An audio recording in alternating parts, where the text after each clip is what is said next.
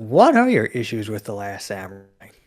So I actually kind of miss this in hindsight, especially now that woke replaced it. But Hollywood most certainly had a had it no longer does obviously had a long history of this white savior complex shit. Like, white guy comes in, fixes everything. When it comes to a nation or a group of people who are not white. And who is the last samurai in The Last Samurai? Random white guy who didn't even want to be there, and he learns their entire way of life just as well as they did in just a matter of a couple of months. And he's also like so Okay. good. He's so important and so good that he's the last of them. What the fuck? Okay, so you're one of those people who holds that position. I Yeah. see. Now I will I will throw in a little nuance here. I've heard the theory. I don't buy it, but I've heard the theory that the last samurai was actually Katsumoto. And, the movie ends with Nathan Algren saying, "I'll tell you how he lived." And that proves that the last samurai was actually Katsumoto. I don't buy it. He was he was a Tom Cruise was a full-blown samurai by the end of the movie, and he was the last one. He was the only one still living. Everyone else died. And also it's still a white savior complex thing because only he survived. Like, regardless of what the title of the movie is really referring to, at the end of the day, it's still Tom Cruise who is the only one who survived. Not the people, not any of the people who lived this life from birth. No, no, no. The random white guy who just showed up one day a couple months ago. That's my issue with it. Now, granted, I would rather go back to the white savior complex in its pre-woke form than what we have now, but it's still bullshit. Kyle, the things you've been typing there, why don't you go ahead and say those? Yeah, but Or according to the maybe you're busy movie, with. was was was he a The samurai movie can according kiss to? my white ass. But you're the one who likes it. I'm not Yeah, I defending like. it. Yeah, I like the fight scenes. The rest of it's bullshit. Okay, then we agree there. Neat fight scenes. Rest of it's bullshit. We agree there. Uh, okay. So, okay, so you did briefly address it, but the whole point was that he, in their culture, found something to bring him from, from all the shit he's put himself through.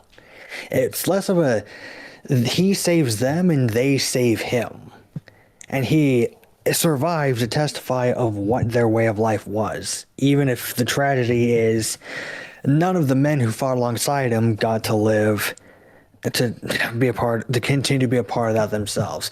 Now, what you were saying about how quickly he picks up this way of life that they've lived the whole lives. And he fucks them Okay, better. yeah, sure.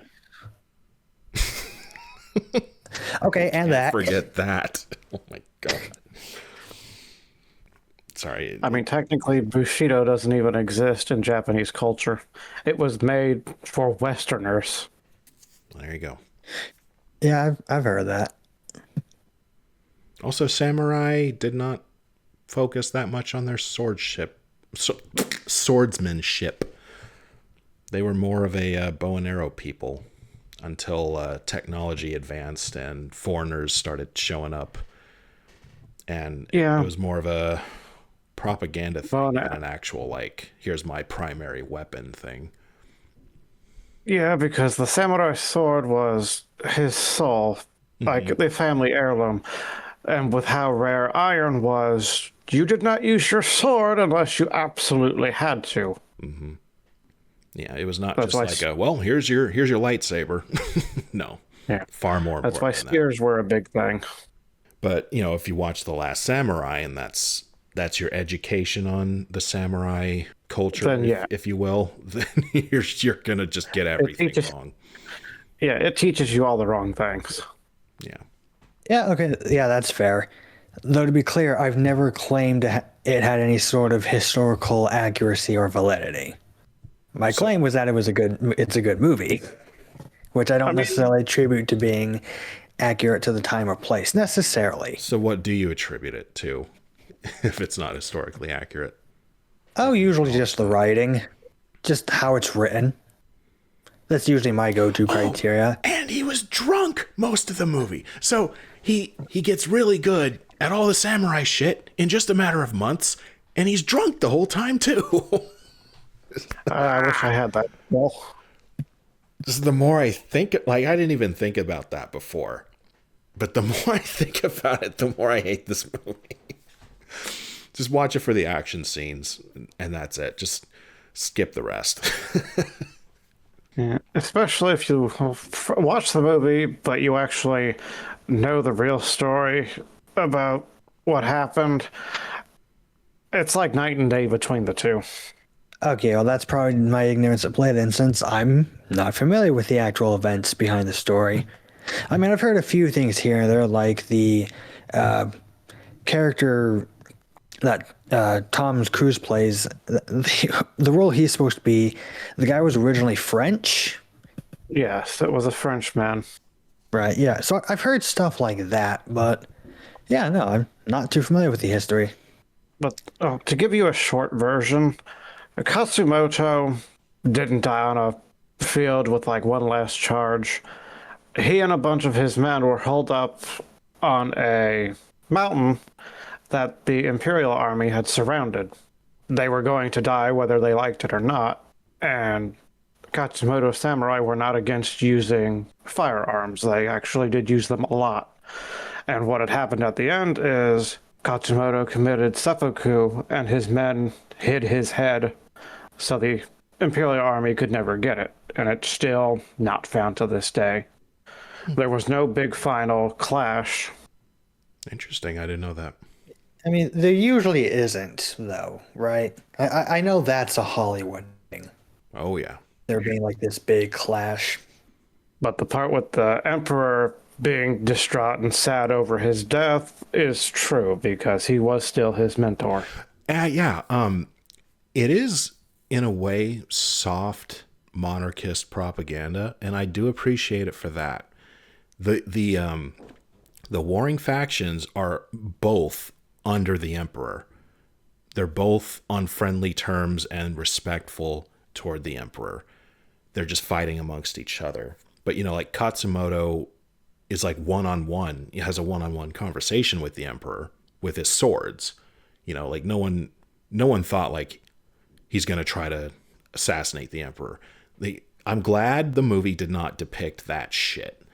Like, the emperor's either a bad guy that needs to be taken out, and Katsumoto was trying to get to him, and they easily could have done that.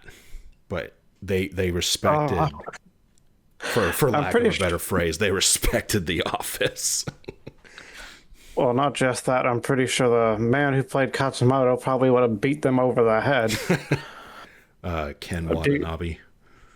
Yeah, because the reason, I guess, you see in the movie that they say you cannot bring a sword in front of the Emperor is a thing because it's kind of like how with European kings, you didn't draw your blade in front of the king. Even if you meant him no harm, it was just, you don't do that kind of thing. Actually, we have that rule in America. Like, obviously, you're not allowed to have a firearm near the president.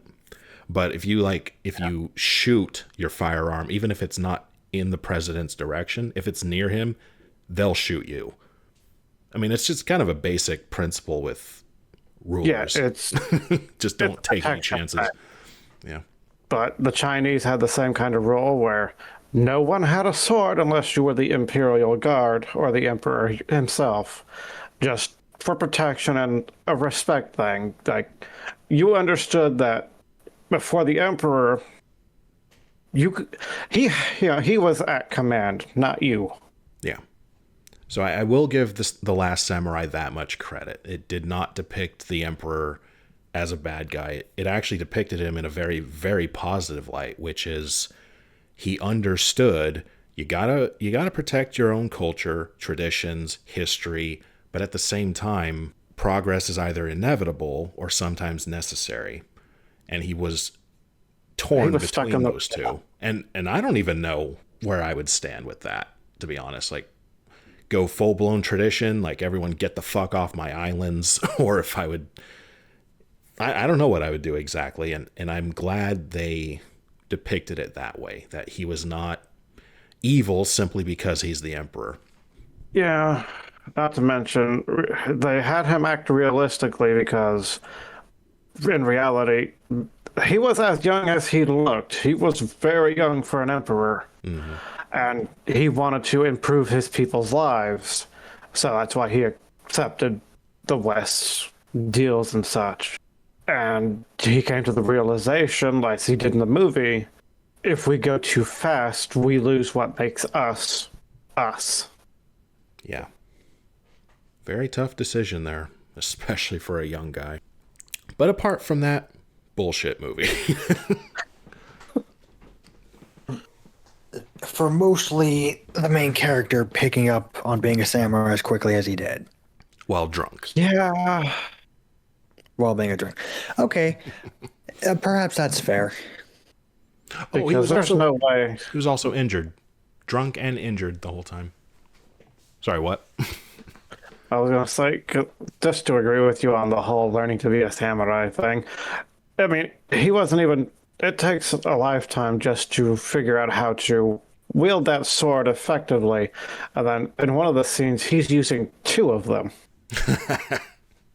Yeah. And that takes even harder because there's only, I think, two samurai in existence that has ever used two. Oh, let me guess one of them. Maimoto Musashi, Yes. and I don't know the other one. Let's see if I'm pronouncing his name correctly. It would be Yagyu Jubei, which he's not that famous. Yeah, from what I know about their history and culture, it sounds like wielding two would be just straight up blasphemous. Well, it's not blasphemous, it's just hard. Wasn't Maimoto Musashi also a massive freaking troll when it came to like duels? Yes, he was. He was a troll. He was also like a monster when it comes to fighting, too. Yeah, but I get him being a monster while fighting, but wasn't the thing that pissed other fighters off was just the kind of shit he pulled? Yeah. Like during the dishonorable, duels, or what do or you even mean? just before, where he would intentionally show up like super.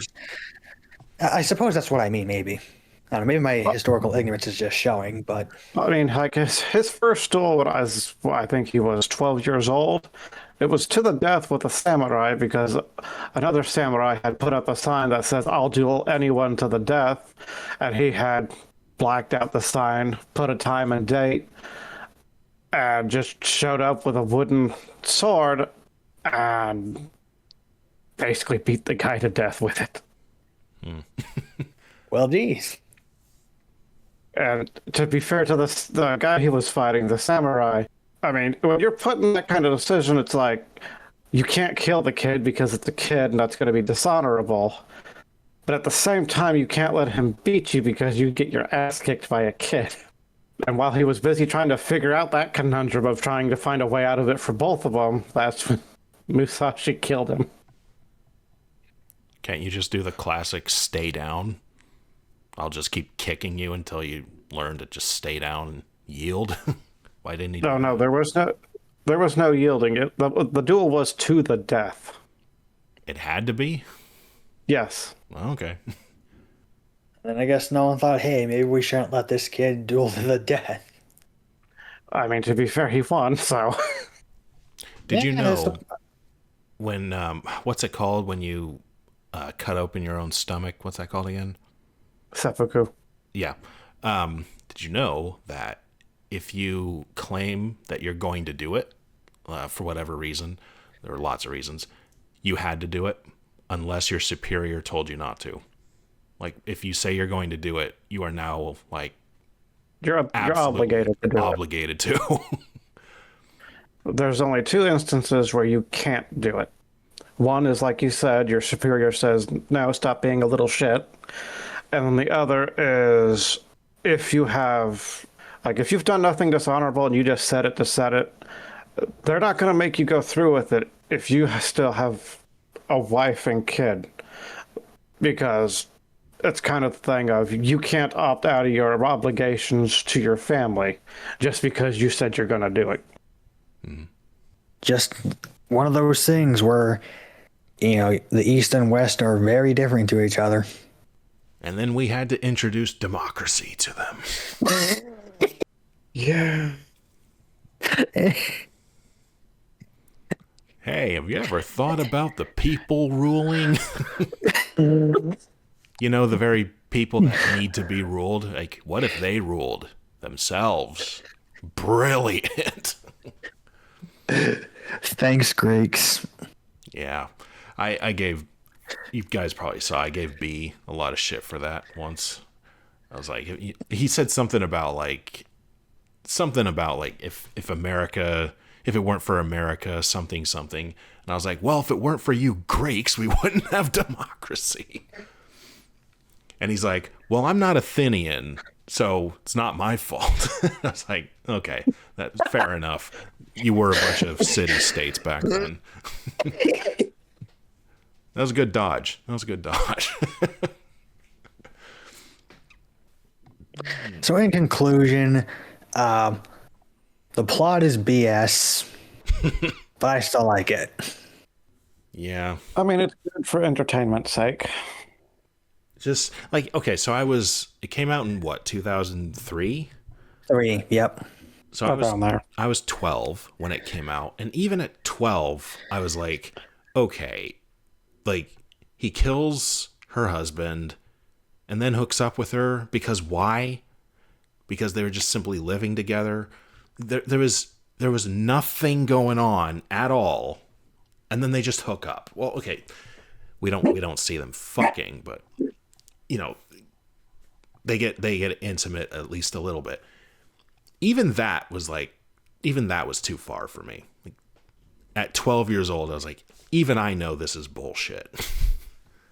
I mean, it is, because the only reason she lets him stay is because her Katsumoto tells her she has to. Yeah, and that part was believable and understandable, but then she kisses him. Why? Yeah. Why? Only because he's the main character. Fuck you, Hollywood. Yeah, I mean, realistically, that wouldn't happen. It would be more like we'd be watching her poisoning the food or something. Wow. I mean, there's no saying like that she would have ever been really attached to her husband. Historically, most marriages were not, we got married because we were just so in love with each other. Most marriages have not ever been like that. So most likely, like, she didn't miss her husband that much, but she still wouldn't get physical with the guy who killed him just because he was staying there for a while. Yeah, there's that whole, propriety and doing the right kind of thing. You don't run into the arms of the man who murdered your husband. Pretty sure every culture ever would not be okay with that. Unless the husband or otherwise needed to be taken out, but that was not the case. No, the East is very fascinating. A lot to respect about them. The only problem, though, is that anyone who knows a lot about Chinese and Japanese history is they fucking hate each other. Yes, they do. And that's because they hate each other. Yes, that's because Chinese pirates would raid Japan and Japanese pirates would raid China. And it went that way for centuries. Don't forget about the invasions. Yeah, those two. But that's just like stacking firewood on the fire. Yeah. I still think the Japanese exist because all these ancient East Asian cultures cast out people that we would call autistic today, and they just kind of found each other on what we call Japan. Autistic common ancestors? Where'd you get that theory? Oh, just what little I know about Japan as a culture. the people. You think it's autistic? Or at least has autistic roots? Not seriously, but I think the similarities between Japanese people and white autistic people is uncanny. Okay. Don't know what to say to that. I mean, I do agree that East Asians tend to be quite autistic because they don't invent much, but they are really good at perfecting things. And they're not good at changing. So, I guess to that extent. Well, with Japan in particular, you also have things like their need for exactness. Like, yeah, okay, you probably know more about this than I do. Like with their train system, you expect in Japan, you expect trains to come and go at certain times, and there's usually an apology for if there's even a minute delay or so. You have things like that. That's what I meant by they're good at perfecting things. They're extremely precise. Right, but it seems to come from a compulsive need, Yeah. which is a very much an autistic trait. Well, I mean, You're not consciously thinking about how to perfect it. It's kind of instinctual more than it is something you tend to try to put effort into. well, I mean, you have to look at their history. Japan was a feudal society until World War II, and then we pushed them out of it. So a lot of the people are used to acting like peasants speaking to a lord. Yes, sir. No, sir. Thank you. Please. I'm sorry for this. I'm sorry for that. And that has just kept with their culture, even as they became as they are now. Within living memory. I'm sure there are Yep. plenty of people there still alive who are able to remember life before. They had to lose World War II, but at the same time I say it sucks that they lost World War II.